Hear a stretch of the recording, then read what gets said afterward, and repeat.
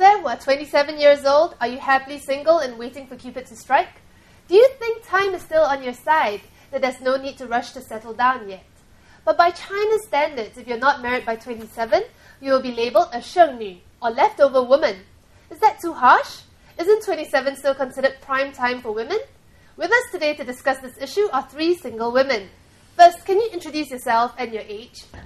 Hi there, I'm Levine, 29 this year, but I always tell people I'm 21 plus tax every year.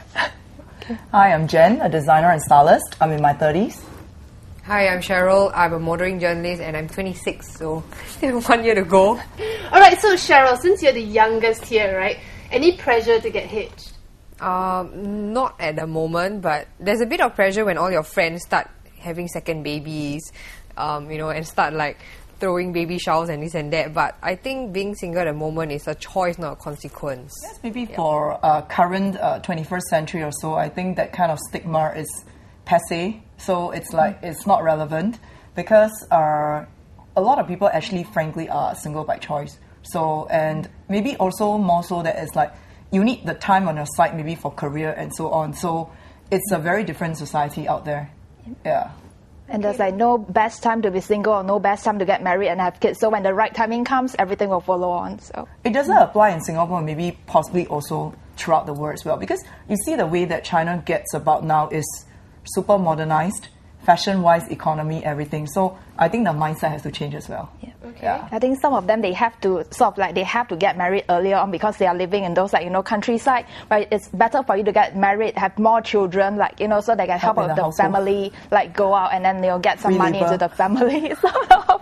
Yeah. So for Singapore, I think we're still quite free in that sense. Yeah. Free to if we want to stay in the family and work or study or want to go out and explore our careers, women in Singapore are actually free to do that. We don't have to be tied down by a family and say, okay, I have to get married by 28, I have to have my first children by 30, I have to get, twins by 35, things like that.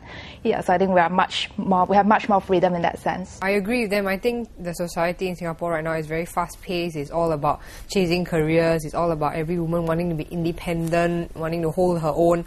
So I think 27 is a bit harsh. Yeah.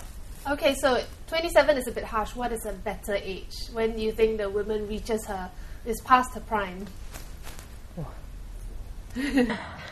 I would say we can get women in their prime in every era, every age group. Doesn't mean that, okay, when I'm 31, 32, I'm past my prime. I could be at my prime at 40, because I'm so confident in my career, I'm so confident in how I hold myself, of my past experiences. So maybe 40 or even 50 is my prime. I wouldn't say that 27 or 30, the big 3-0 is my prime yet. So, yeah. But maybe for the definition, or maybe if you talk about maybe health or maybe childbirth and so on.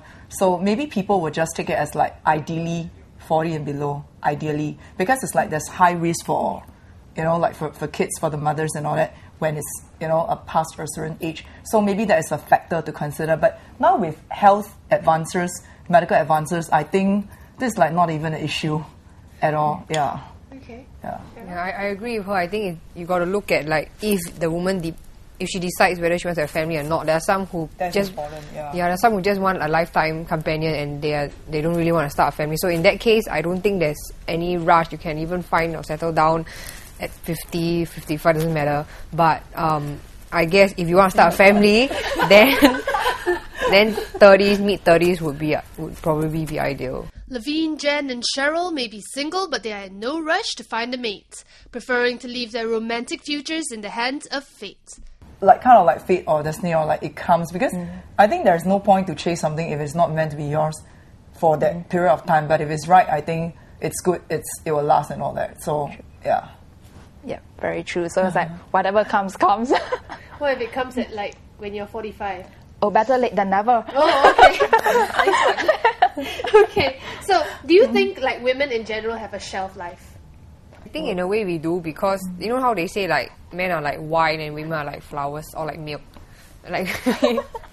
So men appreciate with time, but for women, because of the health factor, because of the age, it's dangerous to have a kid maybe at 40 or 50, or you may not even be able to conceive at that age. Because of that, so we are slapped with this shelf life, unfortunately. And maybe also because maybe for society-wise, it has gotten, like really modern or so open-minded. So actually it's like for people to get like hitched at any age, I think it's like not an issue at all. And at least the right one better than just grab earlier and then just along the that's road, it, right? just grab and then, regrets I think. So okay, so all of you still hope that Cupid will strike one day?